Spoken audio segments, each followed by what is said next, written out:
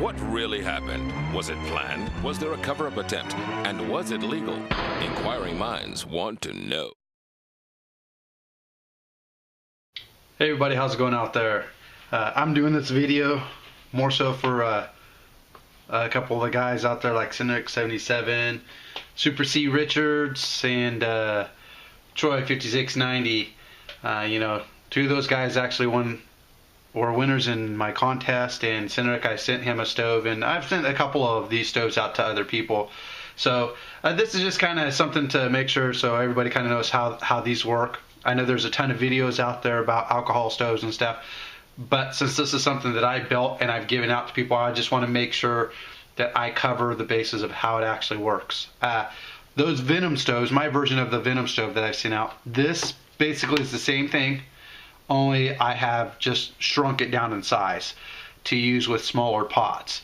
It is an outer aluminum bottle with the inner aluminum or tin bottle, and then it has a wicking inside. Okay, now in here, which hopefully will show up, you can see on this one I happen to have 4 ports.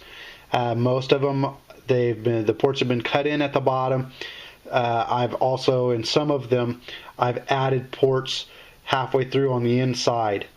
The latest version that I have of this, which is the one that I sent to my buddy Cineric, Mr. Sin over there, he's got it where it actually has drilled holes all the way through. I found something that worked a little bit better, so he's kind of got like a newer version of it. Basically, it works out like this. I've got 1 ounce of alcohol here. The advantage is these guys will hold more than 1 ounce. But this, of course, is the demonstration, so I'm just showing this here.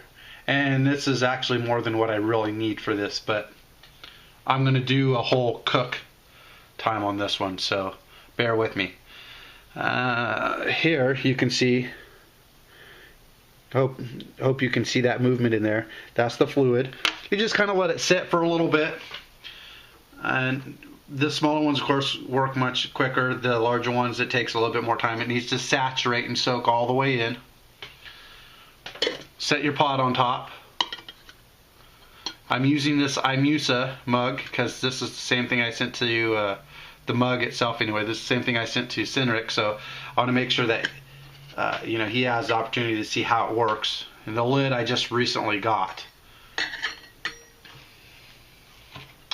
So I'm going to add a cup of water, slightly a little more than that. From here, all you do is just boil it. You light it, it's good to go. On the other hand, I'm going to go a little bit farther than this. You know, do the whole ramen trick deal. A lot of guys boil it and then, you know, they add the ramen and all that stuff later, but, well, we're going to go 1 step farther here. I'll put it all in here, just like it is.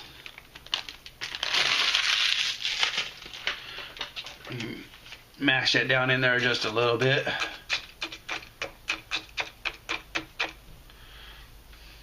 And then, you know, I just recently got into actually doing some dehydrated stuff, and I made what they call gravel, which is dehydrated hamburger. So, and I've tried this, and ever since I tried this, I've been like, damn dude, I'm never gonna eat ramen just by itself again. No point in it, because this adds a lot of flavor, and well, hell man, it's meat. How can you not like that? So on a normal large Venom size stove, that would be more than enough for that. I'm gonna bring you down here to see. All you do is you just take it, you light it, and there it's lit. In fact, that way you can see nothing's changing. I'm gonna close my blinds a little bit here. And boom, that's what you get right there. It's heating it up. Now, of course, when you're outside, you're going to want a windscreen, and you know, if you don't go and buy a lid like this one I bought from Smoke Eater 908, you know, I mean, that's another one of my buddies there. I really like his stuff, so I every chance I get, I end up buying something from him. You know, it's a bad habit. Yeah, I keep buying crap from the guy over and over and over. But of course it's good for his business. And then you just let it sit, let it boil, and then once it comes to a boil, you know, you let it run. Basically, I just let the stove run out at this point because I actually have stuff in there. I'm not just boiling the water. So this is going to take a little bit of time. That means that it's going to take time because I'm going to run this all the way through real time. So I'm sorry the video is going to be long. You know, I want to point this out as well. That's why I opened the blinds back up. I don't know what will show up on camera here or not, but for the most part, you can kind of see it, and that's because I'm inside. If you were outside, this here, you would not see it all. And you got to remember that when you're burning your fuel, it's not going to show up in regular daylight. It burns so clean that your eyes cannot pick it up. You can kind of see the heat wave. That's how you make sure this is working okay. Put your hand over it like this, you feel the heat, you know for sure it's lit. Okay, and there's 3 different types of fuels on this. You have your methanol fuel, you have denatured alcohol, and you have heat. All pretty much the same type of thing. When you're dealing with heat, and I need to clarify that it needs to be in the yellow bottle. Your heat and your denatured alcohol, heat you can find in any automotive section or in any auto parts store. Comes in a yellow bottle. Your denatured alcohol, that's almost always going to be in the same place, which is going to be in your paint section of stores. Primarily, if it's not an actual paint shop, then at a hardware store or Home Depot, Lowe's, Ace Hardware, all of those kind of places. And that's all you need. You get that, get a couple of plastic bottles, whatever works for you for, you know, your style of backpacking or camping or home use or whatnot. Keep it in that, and then it's just measuring it out. Once you get accustomed to it, it's pretty much you can do it by sight. So now, since we're waiting and I don't want to bore you all any more than I have, I thought I would show a couple of things. A little off topic of this, but something I think we all like. I got this in the mail. And what this is this is the Kiridashi that I got from Ryan RRX. I got this from a giveaway deal that he was doing a couple months back, and you know, I mean, it was a long time coming, but he was finally able to get caught up on some things and he sent it out. This is the smaller version, and you know, I've played with it and it works quite well. In fact, I've been carrying it around my neck for the last 3 days. Now, the only reason why I'm showing only this part is because, as you know, just like most people who make these Kiridashis, they send it out and it's just metal. Look at that, already boiling. And it's just metal. Okay? Now, what I did, because my hands are rather large, I actually went so far as I wrapped it in paracord. So it fits a little better in my hand and gives me, you know, it's my only modification. It gives me something good to hold on to. That way I can, you know, I'm left-handed, so I can use it quite well, and a little bit better of a knot for me to hold on to. And I tell you what, man, I love this little thing. It's really small, tiny, and it's just a utilitarian style thing, you know, like a shop tool deal, but I love this thing. I've like been cutting the crap out of everything, and you know, I'm actually going to put a Kiridashi through its paces on something I haven't seen other people do yet. Next couple times I go outdoors, I'm taking this with me, and I'm going to see if I can make feather sticks, stuff like that, you know. Granted, it's a very small blade, it's only going to do so much, but I'm going to take it with me and see what the deal is. Now, on the note of that, I figured I'd show this as well. This here is my blank of one that I'm making, and you can see it's rather large.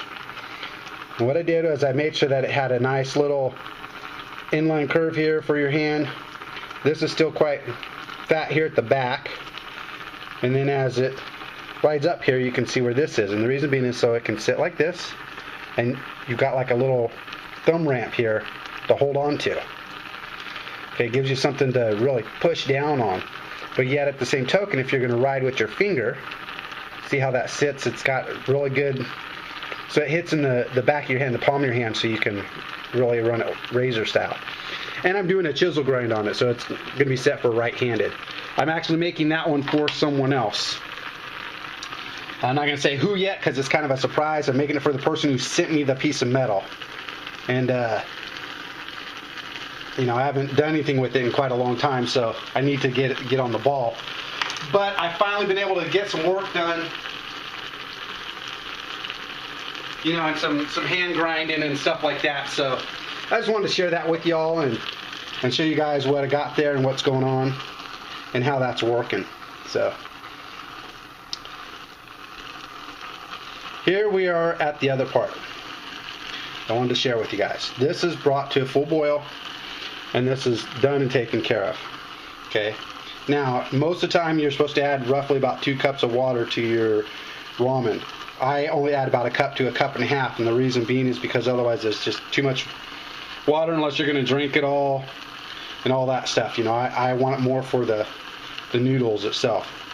Here's where you can you take this off.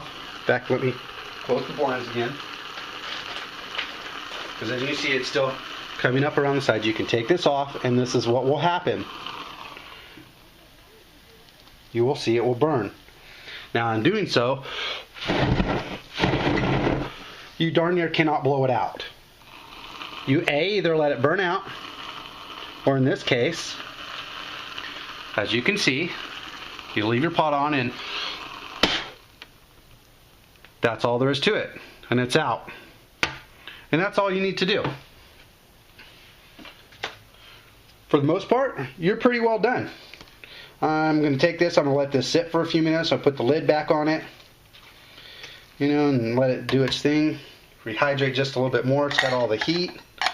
And of course, you know, I'm going to jibber jabber, so since I'm going to talk for a few, I'm actually going to put this in a large cozy I have here, so I don't lose any heat while I, you know, run my mouth for a while.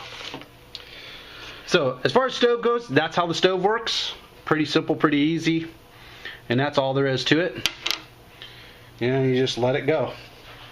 You know, at this point, if there's anything left, and you see I just lit it back on, which I wanted to show, it will burn like that. And you know, once you get, depending on altitude, depending on what you're cooking, you can start making variations of how much fuel you need to use. Usually you don't need more than maybe ½ an ounce to 3/4 of an ounce, but you got to remember, when you use less fuel, it's going to take a little bit longer for it to be consumed and roll up the wick so you can light it. Because see, even like that, it's hard to put out, you know. See, it's so much better to leave something on top of it, so you're cutting it all the way off and blow it out. And sorry, I just wanted to be cool because I got my, you know, UV glove on, and I just wanted to show that, you know, you can play with fire and not really get burned. So now the other part of this, actually I'll just scoot that over. The other thing I wanted to show you before we get back onto the pot there is I done showed you the Kiridashi I got from Ryan RX. Showed you the blank that I'm working on now. So, you know, if y'all could tell me kind of what you think about that. Here's my other deal. Hopefully this shows up. The other piece of metal I got, this is kind of what I'm thinking for a slightly different design. You see where it's marked right? Basically, it'll be like that there.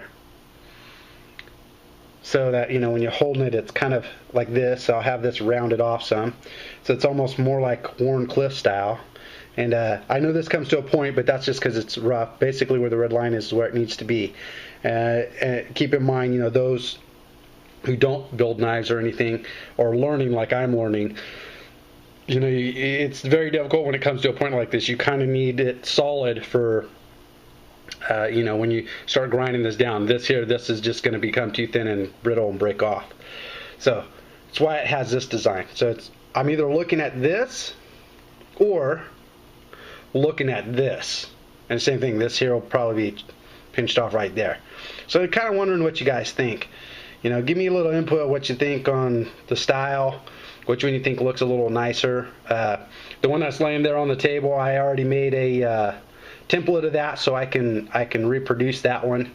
But I'm kind of liking how this one looks here, you know, more so, and how it's going to sit just like that in my hand, and kind of has a little sharper point, I guess you could say, as far as the way this here sits.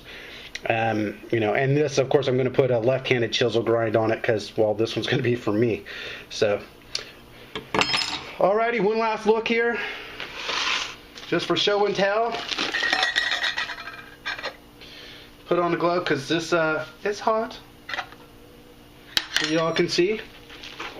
I haven't even added, you know, the mixture to it or anything yet, and you can see how that looks. And there's hamburger in there, so you know you got your meat, got your noodles. I mean, heck, you can eat this just the way it is. And I don't know if it's shown up or not, but man, I got steam rolling off this puppy like there's no tomorrow.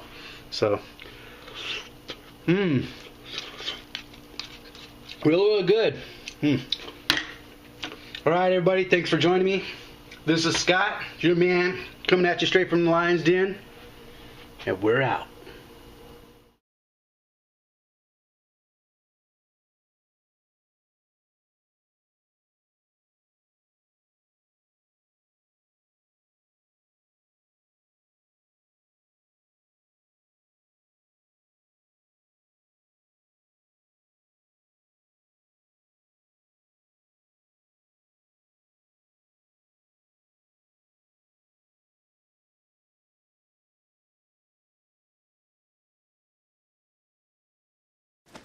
The only way to bag a classy lady is to give her 2 tickets to the gun show.